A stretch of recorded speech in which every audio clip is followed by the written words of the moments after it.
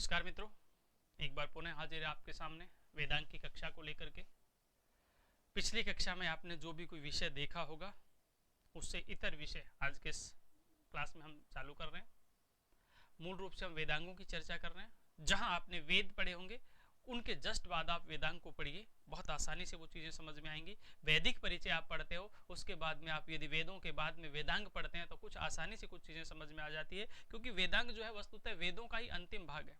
वेदांग यानी वेदों के अंग ही है ये। वेद आपने चार पढ़े और वेदांग पढ़ते हैं तो चार वेदों के साथ जो 6 वेदांग है वस्तुतः वेदों के अंग ही है। इसलिए मूल रूप से वेदांगों में वो सब कुछ मिलता है जो वेदों में रह गया था। ठीक है, कहीं ना कहीं कनेक्ट तो है उसके साथ में, लेकिन एक व्यापकता के साथ वेदांग में उसका वर्णन करते हैं। तो 4 प्रकार से हमने वेद पढ़े और वेदों के साथ 6 हम वेदांगों की चर्चा करते हैं। आइए जो 6 वेदांग शिक्षा, कल्प, निरुक्त, व्याकरण, ज्योतिष जो छंद है उन वेदांगों की चर्चा करते हैं। वेदांत वस्तुतः जो है वो क्या है, वेदों के अंग ही है। यहाँ पर ये आपको ध्यान रखना है और इसको ध्यान रखते हुए यहाँ पर अंग्यंते गायन्ते एभिर इति अंगानी। ठीक है, अंग्यंते गायन्ते एभिर इति अंगानी अर्थात मतलब अंग क्या है भाई, जो जैसे मेरे शरीर के अंग क्या है, जो शरीर का पार्ट है वही तो अंग है। ठीक है, तो जो कहीं ना कहीं उसके साथ जुड़ा होता है, कहीं ना कहीं जो मूल विषय वस्तु के साथ जुड़ा होता है वही तो उसके अंग होते हैं। इसी प्रकार जो वेदों के साथ जुड़ा हुआ है वही वेदांग है। यही कहा गया अंग्यंते गायन्ते एभिर इति अंगानी। भाई अंग होता क्या है, जो कहीं न कहीं उसके साथ मूल के साथ जुड़ा हुआ होता है वही तो अंग है। इसी प्रकार वेदांग क्या है, वेदांग क्या है, वेदों के साथ जो जुड़ा हुआ वेदों का जो अंग है वही वेदांग है। 6 प्रकार के वेदांग होते हैं, शिक्षा, कल्प, निरुक्त, व्याकरण, ज्योतिष और छंद। ठीक है, अब सबसे पहले हम शिक्षा की बात कुछ यहाँ पर छोटी छोटी चीजें देख लेते हैं, फिर हम निष्कर्ष बिंदुओं की तरफ चलते हैं, क्योंकि सवाल तो हमारे निष्कर्ष बिंदु में बनेंगे, लेकिन यहाँ कुछ महत्वपूर्ण जो पंक्तियां कई बार संस्कृत की आ जाती है इसलिए उनके बारे में ये बता रहा हूँ। लेकिन मूल रूप से हम संस्कृत के साथ में जो हिंदी की रूपरेखा बनती है उसकी हम चर्चा करेंगे। स्वर्ण वर्ण उच्चारण प्रकारों यत्र शिक्षते उपदिशते सा शिक्षा। जो शिक्षा ग्रंथ होता है 6 वेदांगों में जो शिक्षा वेदांग है, शिक्षा वेदांग का वर्णन किया गया है कि स्वर वर्ण आदि उच्चारण का प्रकार आदि की जहां पर शिक्षा दी जाती है उसी को हम क्या कहते हैं, शिक्षा कहते हैं। मतलब शिक्षा में मूल रूप से स्वर वर्ण आदि जो है वर्णों की जो है मूल रूप से शिक्षा दी जाती है। उच्चारण स्थल की बात की जाती है, प्रयत्न की बात की जाती है।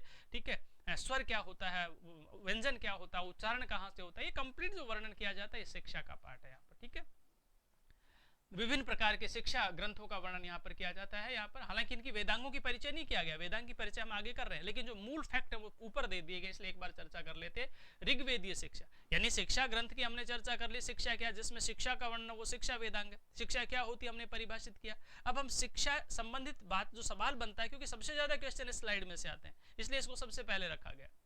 ऋग्वेदीय शिक्षा कौन सी, ऋग्वेद पर केवल एक पाणिनीय शिक्षा ग्रंथ प्राप्त होता है, क्योंकि क्वेश्चन ये पूछा जाता है कि पाणिनीय नाम मतलब ये जो ग्रंथ है कौन सा, पाणिनीय शिक्षा, ये किस वेद के साथ संबंध है, क्वेश्चन ये पूछा जाता है, इसलिए इसको सबसे पहले ले रहे हैं। यहाँ पर जो सवाल बनते हैं उनको पहले लिया गया, उसके बाद जो गौण सवाल बनते हैं उनको बाद में रखा गया। तो पाणिनीय शिक्षा का संबंध किसके साथ है भाई, ऋग्वेद के साथ, ये आपको ध्यान रखना है। ऋग्वेद का शिक्षा ग्रंथ है। यजुर्वेद के शिक्षा ग्रंथों की यदि बात करें तो याज्ञवल्क्य शिक्षा, व्यास शिक्षा और वशिष्ठ शिक्षा, ये जो है ये यजुर्वेद के साथ संबंध है। ठीक है, भारद्वाज शिक्षा, मांडव शिक्षा आदि ग्रंथों के नाम भी इसके साथ उल्लेख है यहाँ पर, तो ये सबको लेकर के चलेंगे। भारद्वाज और मांडव ये सब ऋषि थे और कहीं न कहीं वेदों के साथ वेदों की परंपरा को निभाने वाले, आगे उस ब्रांच को चलाने वाले विद्वान थे। सामवेदीय शिक्षा ग्रंथ की यदि हम बात करते हैं तो इसमें नारद शिक्षा, शाक्टायन शिक्षा का वर्णन हमें मिलता है। और अथर्ववेदीय शिक्षा ग्रंथ की बात करते हैं तो एक मांडुकी जो शिक्षा है ना वही हमें मिलती है यहाँ पर विशेष रूप से। ठीक है, ये मांडव शिक्षा अलग है, मांडुकी शिक्षा अलग है विशेष रूप से। तो ये बहुत महत्वपूर्ण सवाल बनता है कि कौन से वेद से संबंधित कौन सा शिक्षा ग्रंथ है। और कई बार ये बहुत महत्वपूर्ण विषय है, जब आप नेट आदि की तैयारी करते हैं, आप स्कूल कॉलेज लेक्चर की तैयारी, यूपीएससी में यदि आपका विषय होता है तो फिर वहां आपको पता चलता है कि पाणिनीय शिक्षा जो है इसका तो विषय ही अलग है। पाणिनीय शिक्षा में जो वर्णन किया गया है वो अष्टाध्यायी से थोड़ा सा भिन्न मिलता है, वही पाणिनीय है। पाणिनीय शिक्षा में पाणिनि का वर्णन मिलता है और अष्टाध्यायी में पाणिनि का रूपरेखा मिलती है यहाँ पर, लेकिन कुछ फर्क आ जाता है वहां पर। बहुत सी चीजें ऐसी हम समान अक्षर और संध्या अक्षरों की बात करें तो वहां पर आपको फर्क देखने को मिलेगा यहाँ पर। ठीक है, बहुत सी चीजें। जब उच्चारण स्थल की बात करें तो पाणिनीय शिक्षा में उरस का प्रयोग हम करते हैं यहाँ पर। अब जिद करने लग जाते हैं रीट में, साहब हमने तो उरस भी पढ़ा था, कहाँ पढ़ा था, इस बात की हम लेके नहीं जाते यहाँ पर कि विषय क्या, वहां पाणिनीय शिक्षा लिखा हुआ है भाई, जहां आप उरस की बात कर रहे हो यहाँ पर। ठीक है, और आप पढ़ रहे हो अष्टाध्यायी, आप नॉर्मल लघु सिद्धांत कौमुदी पढ़ रहे हो 3rd ग्रेड में, और हम उस 3rd ग्रेड को लेकर के फिर हम 1st ग्रेड का एग्जाम देने लग जाते हैं, तो वो तो विषय ही अलग होता है। वहां पाणिनीय शिक्षा को आधार बनाया, वहां अन्य चीज को आधार बनाया। ठीक है, संध अक्षर समान अक्षर की बात यहाँ तो हमने की नहीं ली, वहां हम करते हैं। अब तो किताब वाले यहाँ भी करने लग गए, थर्ड ग्रेड में भी, रीट में भी करने लग गए, लेकिन विषय अलग होता है। तो मेरा यहाँ पर ये टॉपिक छेड़ने का मतलब क्या है कि जो आपका स्तर है उसी स्तर के अनुकूल आपको काम करना है, क्योंकि चीजें बदल जाती हैं, चीजें बदल जाती हैं, ठीक है। आगे चल करके बहुत चीजों का फर्क पड़ता है यहाँ पर, देख लिए। मतलब कुछ चीजें ऐसी होती है जहां हम 4 पढ़ते हैं, आगे चलकर वहां मतलब नेट में वही चीजें या कॉलेज लेक्चर में वही चीजें 20 हो जाती हैं। संकेत कर रहा हूं मैं पाणिनि शिक्षा करो बताने की कोशिश। तो पाणिनि शिक्षा या फिर अन्य ग्रंथों के साथ में चारों वेदों के साथ में कौन कौन से शिक्षा ग्रंथ टच है उनका वर्णन मैं यहाँ पर कर रहा हूँ। ये चीज आपको विशेष रूप से ध्यान रखनी है। इस स्लाइड में से एक क्वेश्चन बनता है तो आपको ध्यान रखना। कल्प है, कल्प का वर्णन यहाँ पर थोड़ा संस्कृत में किया गया, बाकी हम आगे उसकी रूपरेखा भी पढ़ेंगे। कल्पो वेद विधिनाम क्रणाम अनुपूर्ण कल्प शास्त्रम व्याकरणते वेचनते शब्द अनेनिति व्याकरणम। एक दे दी, ये कल्प की परिभाषा दे दी, व्याकरण की परिभाषा दे दी। चत्वारी संज्ञा त्रियो अस्या पादा द्वे शीर्षा सप्त हस्तासु अस्या त्रिबद्धो वृषभोर अवति महादेवा आविवेशे वर्णम वर्ण गुमो वर्ण विपर्य द्वचपरो वर्ण विकार नाशो धातु रस योगम पंचविधम निरुक्तम। यहाँ पर ये निरुक्त की परिभाषा दे दी। ये परिभाषा आपको सिर्फ इसलिए दिखाई गई यहाँ पर कि मतलब इस डेफिनेशंस को एक बार आप देख लीजिए, क्योंकि आपको परिभाषा पहचाननी तो नहीं पड़ेगी, लेकिन कई बार छोटे छोटे अंश होते हैं कि व्याकरण की क्या परिभाषा है, निरुक्त किसे कहते हैं, ठीक है, शिक्षा क्या होती है, और ग्रंथ जो भी हमारे शिक्षा का व्याकरण ज्योतिष छंद है, ज्योतिष क्या होता है यहाँ पर। तो ये तो इसकी रूपरेखा। तो इसमें से हालांकि सवाल बहुत कम बनते हैं, लेकिन हिंदी में जब हम पढ़ते हैं, हिंदी का तात्पर्य क्या हुआ, जब हम उसका निष्कर्ष बिंदु पढ़ते हैं तो फिर शिक्षा ग्रहणम तो वेदस, इस तरह से जो शब्द आ गया, ठीक है, वेद पुरुष का शिक्षा को क्या माना गया, ग्रहण माना गया, नाक माना गया, यहाँ पर ये सवाल बनते हैं। वो सवाल बनते हैं, वो एक अलग विषय, लेकिन इनको भी एक एक बार देख लेना। ये कल्प की परिभाषा दी है, ये व्याकरण की परिभाषा दी, व्याकरणते विचनते शब्द अनेनिति व्याकरणम परिभाषा दी गई यहाँ पर, ठीक है। इसी प्रकार से ये परिभाषा, इसी प्रकार से ये परिभाषा यहाँ पर, ठीक है। निरुक्त की अब निरुक्त क्या होता है, जो निरुक्त को हम व्याकरण के साथ ही संबद्ध करते हैं। निरुक्त में शब्दों का निर्वचन मिलता है। निर्वचन क्या होता है, पिता को पिता, माता को माता और आकाश को आकाश क्यों कहा गया, ये शब्दों के निर्वचन से हमें पता चलेगा। यास के निरुक्त में ही हमें पता चलता है। वो निरुक्त क्या है, उसकी क्या डेफिनेशन दी है, ये यहाँ पर वर्णन किया गया। यानी निरुक्त का संबंध भी वर्ण और आगम के साथ अर्थात व्याकरण के साथ, ये भी सवाल पूछा जाता है। यद अक्षरम परिमाणम तत्छंदम। छंद क्या है, जहां पर अक्षरों के परिमाण की बात की जाती है, जहां पर अक्षरों का नापतोल किया जाता है, जहां पर मात्राओं का नापतोल किया जाता है, कितना छोटा है, कितना बड़ा है, लघु क्या है, गुरु क्या है, हर्षु क्या है, दीर्घ क्या है, वहां पर तो क्या होता है छंदम, ठीक है। वेदा ही यज्ञार्थम अर्धम प्रवर्ता कालानि पूर्वा विहिता यज्ञ तस्मात् इदम काल विधानम शास्त्रम यो ज्योतिषाम वेद से वेद यज्ञम। यहाँ पर ठीक है, ज्योतिष आदि का विधान यहाँ पर किया गया। तो कुल मिला के मेरा कहने का मतलब ये है कि जो 6 वेदांग हैं, उन 6 वेदांग की जो मूल रूपरेखा है वो यहाँ पर आपके सामने दिखाई गई। यहाँ पर ये बताई गई है कि इस मूल रूपरेखा को भी कहीं न कहीं आपको पढ़ लेना है, ठीक है। यहाँ से जो सवाल बनते हैं वो यहाँ से मैं पढ़ाने की कोशिश कर रहा हूँ, क्योंकि आप जो चाहते हैं वो ये चीजें हैं। आप जो निष्कर्ष बिंदु चाहते हैं वो निष्कर्ष बिंदु ये, यहाँ पर सवाल तो इन्हीं में से बनेंगे, लेकिन वो मूल विषय वस्तु भी आपको पता होनी चाहिए। तो इसलिए वो चीजें आपके साथ में शेयर की जाती हैं। कम से कम मूल विषय क्या लिखा हुआ व्याकरण में ये तो आपको पता हो।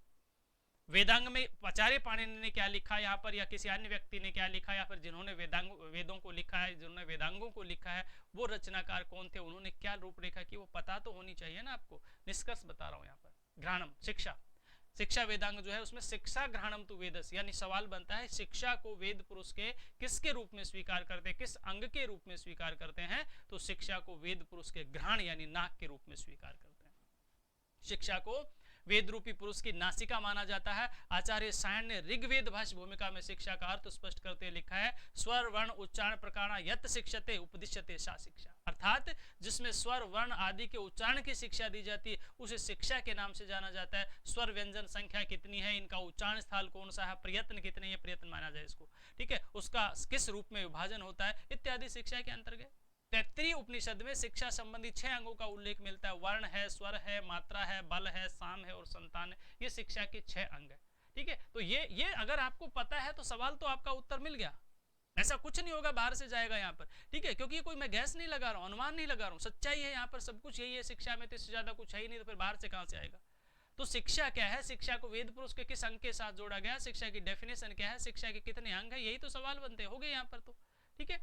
इसी प्रकार से कल्प की हम बात करते हैं, जिसमें यज्ञ की विधियों और का वेद विहित कर्मों का प्रतिपादन किया गया हो उसे कल्प कहते हैं। मतलब इसमें यज्ञ आदि की विधियों का वर्णन किया गया। कल्प जो है उसमें विभिन्न प्रकार की विधियों का वर्णन हमें देखने को मिलता है।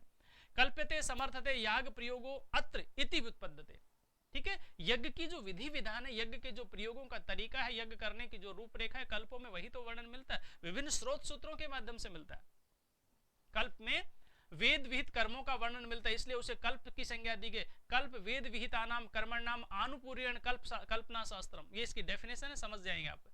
कल्प को वेद रूपी पुरुष का हाथ माना गया, इसलिए कहा हस्तो कल्पो अथ पठ्यते। सवाल यहां से बनता है, जो आपके सवाल बनेगा आपके लेवल का, वो तो यही बनेगा, हस्तो कल्पो अथ पठ्यते, अर्थात कल्प को वेद पुरुष का हस्त माना गया, हाथ माने गए। यहाँ पर विषय की दरी कल्प सूत्रों के 4 भागों में रखा जाता है। विषय की दृष्टि से, ये दृष्टि है, विषय की दृष्टि से कल्प सूत्र के 4 भाग है।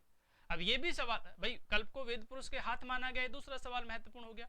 कल्प में विधि विधान है, ये यज्ञ का वर्णन, ये दूसरा पहला सवाल बहुत महत्वपूर्ण हो गया। स्रोत सूत्र आदि जो 4 प्रकार के सूत्र हैं, ये भी सवाल बनता है कि कल्प में कितने प्रकार के सूत्र मिलते हैं, तो 4 प्रकार के, चारों का नामकरण आपको याद रखना है और उसके अंदर क्या क्या है, एक मिनट के लिए उसको भी देखना है। स्रोत सूत्र जो है, इसमें श्रुति द्वारा प्रतिपादित वैदिक वर्णन किया गया है। ऋग्वेद के स्रोत सूत्र में आश्वायल तथा सांख्यायन कौशिका का नाम आता है, जबकि यजुर्वेद में कात्यायन पास्कर कट बोधायन सत्यासा वैखानस भारद्वाज बादुल विशेष उल्लेख है। सामवेद के स्रोत सूत्रों में लाटायन आरसे खातिर तथा जैमिनी के नाम मिलते हैं। अथर्ववेद पर केवल एक बैतान स्रोत सूत्र मिलता है। मतलब स्रोत सूत्र जो है वो अलग अलग ऋषियों ने, भाई अलग अलग ऋषियों ने कौन से स्रोत का वर्णन किसके साथ किया, जो जब जिस काल में जो ऋषि था उन्होंने उसका वर्णन कर दिया। संस्कृत के साथ कभी पाणिनि का भी नाम जुड़ता था और संस्कृत के साथ कभी हमारा भी नाम जुड़ रहा है और कल संस्कृत के साथ आपका भी नाम जुड़ेगा। तो जिस काल में जो व्यक्ति होता है उसके साथ उसका नामकरण जुड़ जाता है।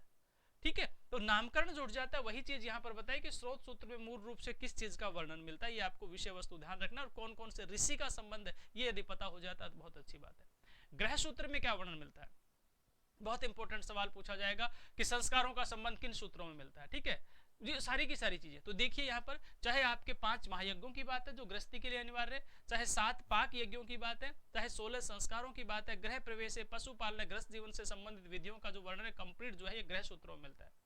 आज भी हम जो ज्योतिष या पंडित को बुलाते हैं, गृह प्रवेश करते हैं या फिर कुआ पूजन करते हैं, संस्कार करते हैं, ये वो करते हैं, वो कंप्लीट गृह सूत्रों पर प्रक्रिया चलती है। यहाँ पर धर्म सूत्रों की यदि हम बात करते हैं तो धर्म, रीति, नीति, वर्ण, आश्रम इत्यादि सामाजिक नियमों की विवेचना ऋग्वेद पर वशिष्ठ धर्मसूत्र तथा विष्णु धर्मसूत्र प्राप्त हमें होते हैं। यहाँ पर शुक्ल यजुर्वेद पर हरित धर्मसूत्र तथा शंख धर्मसूत्र तथा कृष्ण यजुर्वेद पर बोधायन, ठीक है, आप स्तंभ मानव धर्मसूत्र प्राप्त होते हैं। सामवेद पर केवल गौतम धर्मसूत्र प्राप्त होता है, जबकि अथर्ववेद पर कोई भी धर्मसूत्र नहीं मिलता।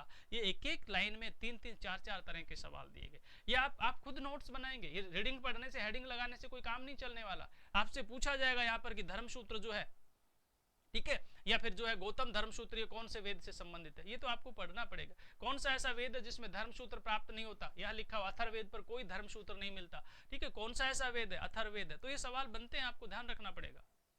अब शूल सूत्रों की चर्चा की है, ये सल्व नहीं है, शूल है, उ की मात्रा लगाएंगे। शूल सूत्र जो होता है यज्ञ वेदी के निर्माण में संबंधित नाप वेदी के निर्माण आदि नियमों का वर्णन शूल सूत्रों में पाया जाता है। मैकडॉलर ने शूल सूत्रों के विषय में कहा कि इन सूत्रों में रेखा गणित संबंधी ज्ञान बहुत आगे बढ़ा हुआ पाया जाता है। वस्तुतः शूल सूत्री भारत की गणित शास्त्रीय सर्वप्राचीन ग्रंथ कहे जाते हैं। मतलब शूल सूत्रों में कुल मिलाकर रेखा गणित का, ज्यामिति का वर्णन मिलता है, ज्योमेट्री का वर्णन मिलता है। ठीक है, ज्यामिति का वर्णन मिलता है शूल सूत्र। भाई किस तरह से, जब आप जैसे नाट्य शास्त्र को पढ़ते हैं तो वहां पर आपने देखने को मिला जो सूत्र होता है, नींव कितनी होनी चाहिए, टेढ़ी होनी चाहिए, मेढ़ी होनी चाहिए, ऊपर होनी चाहिए, नीचे होनी चाहिए। तो विभिन्न प्रकार की जो नापतोल मिलती है ग्रह आदि के निर्माण करने के लिए, रास्ते आदि के निर्माण करने के, वो सारे शूल परंपरा है। और ये शूल परंपरा प्राचीन काल से देखने को मिलती है। गणित शास्त्र का संबंधी ज्ञान हमें शूल सूत्रों में मिलता है।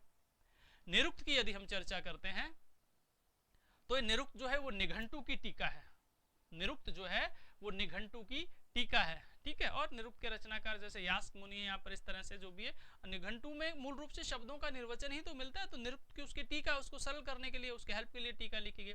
निघंटु में 5 अध्याय। निरुक्त को वेद पुरुष के स्रोतों के रूप में स्वीकार करते हैं। निरुक्तम स्रोतम उच्चते, स्रोत यानी कान होते हैं, तो वेद पुरुष के कान के रूप में हम निरुक्त को स्वीकार करते हैं। इस समय केवल निघंटु पर यास्क रचित निरुक्त पाया जाता है, जिसमें 12 अध्याय तथा 2 अध्याय परिशिष्ट भाग में दिए गए। इस प्रकार निरुक्त में कुल 14 अध्याय हैं। प्रथम, द्वितीय तथा तृतीय अध्याय को नैघंटु कांड ये नैघंटक नहीं है बल्कि टुक है, नैघंटुक कांड कहा जाता है। इसमें प्रायः शब्दों का विवेचन किए गए। चतुर्थ से षष्ठ अध्याय को नैगम कांड या एक पदिक माना जाता है। इसमें वैदिक शब्दों की कठिनता अस्पष्टता की व्याख्या की गई है। सप्तम से द्वादश अध्याय को दैवत कांड से माना जाता है। इसमें देवता पृथ्वी स्थानीय अग्नि, सोमांतरिक स्थानीय इंद्र, रुद्र, द्यू स्थानीय वरुण, मित्र आदि देवताओं की विवेचना की गई है। वर्णागम, वर्ण विपर्य, वर्ण विकार, वर्ण नाश, धातुओं के अनेक अर्थों में निरुक्त के 5 प्रतिपाद्य विषय। यानी निरुक्त भी व्याकरण की तरह ही काम करता है। वर्णों का आगम कैसे होता है, वर्ण का विकार कैसे होता है, वर्ण का विपर्य कैसे हो जाता है, उल्टा कैसे हो जाता है, वर्णों में विकार कैसे आ जाता है, वर्ण का नाश कैसे हो जाता है, यही वर्णन निरुक्त में मिलता है। ये व्याकरण के विषय, इसलिए निरुक्त को कहीं न कहीं व्याकरण के साथ संबंध करके देखा जाता है। मतलब व्याकरण और निरुक्त दोनों एक दूसरे के पर्याय ही माने गए। ये भी सवाल बनता है। व्याकरण, ये हम ऑलरेडी सबसे पहले हमने व्याकरण की चर्चा की। सबसे पहले परिभाषा में हमने स्लाइड में देखा, यहाँ पर व्याक्रियन्ते विचन्ते शब्द आने नीति व्याकरण, यानी व्याकरण में शब्दों की विवेचना और निर्वचन का ही तो वर्णन किया जाता है। शब्द किस तरह से शब्द का निर्माण होता है, अर्थात जिसके द्वारा प्रकृति प्रत्यय की विवेचना की जाती है उसे व्याकरण कहते हैं। व्याकरण को वेद रूपी पुरुष का मुख स्वीकार करते हैं, इसीलिए कहा गया मुखम व्याकरणम स्मृतम। इंपोर्टेंट क्वेश्चन है, मुखम व्याकरणम स्मृतम। ऋग्वेद के एक मंत्र में व्याकरण को एक वृषभ के रूप में माना जाता है। इसके हाथ, पांव, सींग बहुत कुछ है। चत्वारि श्रृंगा त्रयोश्च पादा द्वेषेश सप्तस्तोश्च त्रिधा बद्धो वृषोरिति महादेव आवेश है। यहाँ पर ये पहले भी हमने पहले श्लोक में वर्णन किया है। मतलब इसको एक वेद पुरुष के मतलब उसके रूप में कल्पना की है, एक वृषभ के रूप में, एक बैल के रूप में की है यहाँ पर इसकी परिभाषा यहाँ पर। ठीक है, मतलब इसमें दुनिया भर के किसी प्रकार से अंग प्रत्यंग निकलते हुए जाते हैं, इस तरह से परिकल्पना की गई है। कात्यायन और पतंजलि ने व्याकरण के रक्षा, उ, आगम, लघु और संदेह 5 प्रयोजन माने। इंपोर्टेंट क्वेश्चन है, सवाल पूछा जाता है कि व्याकरण के कितने प्रयोजन है। व्याकरण के 5 प्रयोजन होते हैं। अब किसने माने, ये कात्यायन और पतंजलि ने माना। वैयाकरण पाणिनि के बाद के जो वैयाकरण है वो 5 प्रयोजन मानते हैं। रक्षा, उ, आगम, लघु, संदेह, किस तरह से वर्णों की रक्षा की जाती है, उहु क्या होता है, लघु क्या होता है, आगम क्या होता है, असंदेह, ये आगम लोप विपर्य आदि आपने पढ़े। असंदेह क्या होता है, संदेह नहीं होना किसी भी प्रकार के शब्दों में, किस तरह से मतलब संदेह का निराकरण किया जाता है ग्रामर में, व्याकरण में। ये सारी चीजें कहीं न कहीं हमें किस में मिलती है, व्याकरण में देखने को मिलती है। ठीक है, तो मूल रूप से निष्कर्ष के रूप में हम कहेंगे, हम चर्चा कर रहे थे वेदांगों की। वेदांग जो है ये वस्तुतः वेदों के अंग हैं। वेदों का भाग जो है, वेदों का जो अंतिम भाग है वो हमें कहीं न कहीं वेदांगों में दिखाई देता है। वेदों का जो शेष बचा हुआ वर्णन है वो हमें वेदांगों में दिखाई देता है। वेदांगों की संख्या 6 है, शिक्षा, कल्प, निरुक्त, व्याकरण, ज्योतिष और छंद। इस तरह से मूल रूप से हम बात कर रहे हैं किनकी, वेदांगों की चर्चा कर रहे हैं। ठीक है, अब आगे मूल रूप से थोड़ा सा हम ज्योतिष वेदांग को और देख लेते हैं। ये रक्षा, वागम, लघु, असंदेह, प्रयोजन, इसकी हम चर्चा ऑलरेडी कर चुके हैं। ठीक है, ये वर्णन हो गया यहाँ पर, और ये ज्योतिष की बात करते हैं यहाँ पर। ठीक है, ज्योतिष क्या है, तो ज्योतिष भी वेदांग है। वेदांग तो हमारा चल ही रहा है। ज्योतिष वेदांग को वेद पुरुष के नेत्रों के रूप में स्वीकारा गया, इसलिए कहा गया ज्योतिषामनयनम। यज्ञ की विधि विधान के लिए ऋतु, मास आदि, नक्षत्र आदि की आवश्यकता होती है, इसलिए ज्योतिष का ज्ञान परम आवश्यक है। ज्योतिष का नाम प्राचीन ग्रंथों में भी पाया जाता है यहाँ पर। ठीक है, यानी ज्योतिष में है क्या भाई, जो मूल रूप से क्या भूत भविष्य की जो परवाह की जाती है वो तो ज्योतिष का वर्णन है। इसको नेत्र के रूप में स्वीकार करते हैं। सवाल ये बन गया, इसको आप पढ़ लेना ठीक ढंग से। ठीक है, और ये हो गया इसमें, और उसके बाद में तो कोई बहुत ज्यादा वर्णन है नहीं। वेदांग ज्योतिष का संबंध जो है, जो क्वेश्चन बनता है उसके हम ऑलरेडी चर्चा कर चुके हैं। छंद क्या है, यद अक्षरम परिमाणम तत्छंदम, जहां पर अक्षरों के परिमाण का वर्णन किया जाता है वो छंद ऑलरेडी हम पढ़ चुके हैं। अब छंद होता क्या है, ये तो छंद शास्त्र में आपने पढ़ा, आचार्य पिंगल का। आचार्य पिंगल का जो छंद शास्त्र है ये तो आपने पढ़ा है कि छंद क्या होता है, अक्षरों का परिमाण होता है। ठीक है, अक्षरों का परिमाण होता है। उसके बाद में क्या, छंद को वेद पुरुष के पैर के रूप में स्वीकार किया। हमने लिखा ना, छंद पादो तु वेदस्य, इसमें लिखा होगा। ठीक है, पादों के रूप में, छंद पादो तु वेदस्य, अर्थात छंद को वेद पुरुष का पैर कह दिया गया। तो एक एक सवाल तो ये बनता है, पैर कौन है, नेत्र कौन है, चक्षु कौन है, कान कौन है, स्रोत कौन है, मुख कौन है, ये बन गया यहाँ पर। ठीक है, वैदिक मंत्रों में सही ज्ञान प्राप्त करने के लिए छंद संबंधी ग्रंथों की रचना की। व्यास मुनि ने छंद का निर्वचन छद धातु से किया, जिसका अर्थ होता है ढकना। छादनासी छंदात, छंदासी छादनात आपने पढ़ा है। मतलब एक छादन, एक आवरण डाल दिया जाता है उस रचना के ऊपर। वो रचना कसौटी पर खरी उतारनी होती है, उस रचना को 100% शुद्धता की कसौटी पर खरा उतारना होता है। सोने से कंचन बनाने की बात होती है उस रचना में, तो छंदों का एक आवरण डाल दिया जाता है। इसीलिए मतलब छंदों को हम आवरण के रूप में स्वीकार करते हैं। छंद में है क्या भाई, मात्राओं के लघु गुरु का ही तो फेर है, उच्चारण और बलाघात का ही तो अर्थ है, यति और कोमा का ही तो फर्क है यहाँ पर छंद में, जिसका ढकना होता है। आवरण और छंद कहते हैं, इसलिए हम कहते हैं छंदासी छादनात, यानी छंद का मुख्य कार्य रचना का छादन करना, उस पर आवरण डालना। तो मूल रूप से हम आज वेदांतों की चर्चा कर रहे हैं यहाँ पर। ठीक है, वेदांगों की चर्चा हमने की। वेदांत नहीं है, ध्यान रखना, वेदांत अलग विषय, वो दर्शन का विषय वेदांत। ठीक है, वो वेदांत दर्शन है, जो बादरायण आदि के साथ हम उसको संबंध जोड़ते हैं, जिसको हम षड दर्शन में स्वीकार करते हैं, वो वेदांत दर्शन है। यहाँ वेदांत नहीं है, वेदांग है, यहाँ वेदों के अंग है। शिक्षा, कल्प, नुक्त, व्याकरण, ज्योतिष और छंद, 6 प्रकार के वेदांगों की आज की क्लास में हमने चर्चा की है। तो साथियों आज की क्लास में इतना ही। नमस्कार।